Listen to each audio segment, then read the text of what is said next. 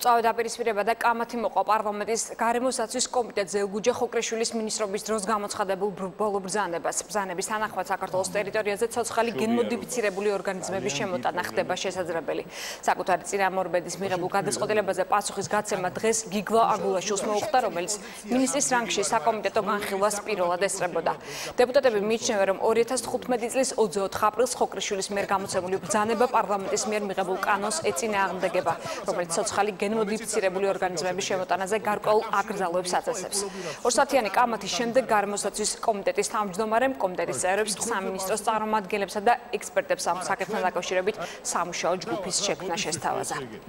ერთი საკითხი არსებობს რისკი დღეს იმაზე უნდა ვკამათობდეთ, რომ ეს 25 ტონა არ მოხდეს ნიადაგში. ჩვენ ლაპარაკობთ კანონიერია თუ არა. იმპორტის წინააღმდეგი ხართ თუ მომხრე ხართ? ყოველგვარი ცოცხალი გენმოდიფიცირებული ორგანიზმების იმპორტისაგან წინააღმდეგი ვარ. როდესაც ცოცხალი გენმოდიფიცირებული ორგანიზმების შესახებ კანონი შემოდიოდა, თქვენ დაუჭირეთ ხარი და ჩვენს დაუჭირეთ ხარი ამას, რომ პრინციპი მას შემდეგ ამ კანონში მოდი ბატონო, პროცედურაზე მაგ საკითხი რა.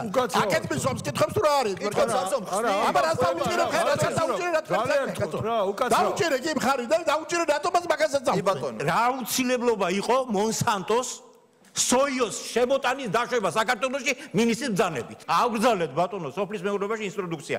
აი ეს ბრძანება იძლევა საშუალებას სოფლის მეურნეობაში აგრარულ სექტორში ამის ინტროდუქციის. ამ რანგში ჩემი პირველი სტუმრობაა პარლამენტში და სასიამოვნო შეხვედრა მომიწყვეთ. დიდი მადლობა ამისთვის. ნუ სთხოვთ უკანონობის ჩადენა სამინისტროს. შეცვალეთ კანონი და დაგემორჩა. რისკი იმისა, რომ როდისმე სადღაც ცოცხალი გენმოდიფიცირებული მოხდეს ბუნებაში, არსებობს. მაგალითად ვიყიდე სადღაც სათესლე კარტოფილი, შემოვიტანე და დავთესე საქართველოში. ამის რისკი ყოველთვის არსებობს. იმის გამო რომ ეს რისკი არსებობს, მე ვერ ვიტყვი რომ ეს ბრძანება არის უკანონო. ეს ბრძანება კანონიერია. თქვენ აღიარეთ ეხლა აქ კომიტეტის ხდომაზე, რომ ინტროდუქციის რისკი არსებობს, ასე იყო თუ არა თქვენი სიტყვები.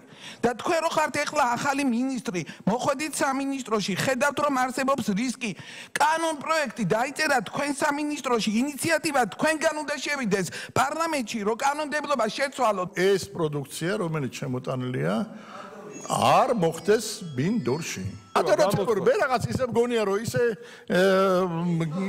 ისე გეწვით ამაზე კუჭრო თქვენი მომზადებულია ეს ბრძანება როგორც ეთქობა და შეცდომაში შეიყვანეთ ყოფილი მინისტრი. რა თქმა უნდა გავასაჭიროთ ამას ყველა შესაძლო ბერკეტების საშუალებით. კანონი გრძალავს მის ინტროდუცირებას, ანუ ბუნებაში დათესვას გრძალავს, გადამუშავებას და კვებით გამოყენებას, საკვებად გამოყენებას კანონი არ გრძალავს. ამიტომ მე ვებნეოდი პარლამენტარებს, რომ თუ გნებავთ აგზალეთ ბატონო, ჩვენ დღეს თვითნებურად ვერ მოვიქცევით, ჩვენ ვაკეთებთ იმას, რაცაც გვავალდებულებს კანონი. ნებისმიერი ცოცხალი გენმოდიფიცირებული ორგანიზმები ევროპაშიც ესე არის აღიარებული, სანამ შემოვა ქვეყანაში გადამოკვეთა საზღვარს, უნდა გაიაროს რისკის შეფასება.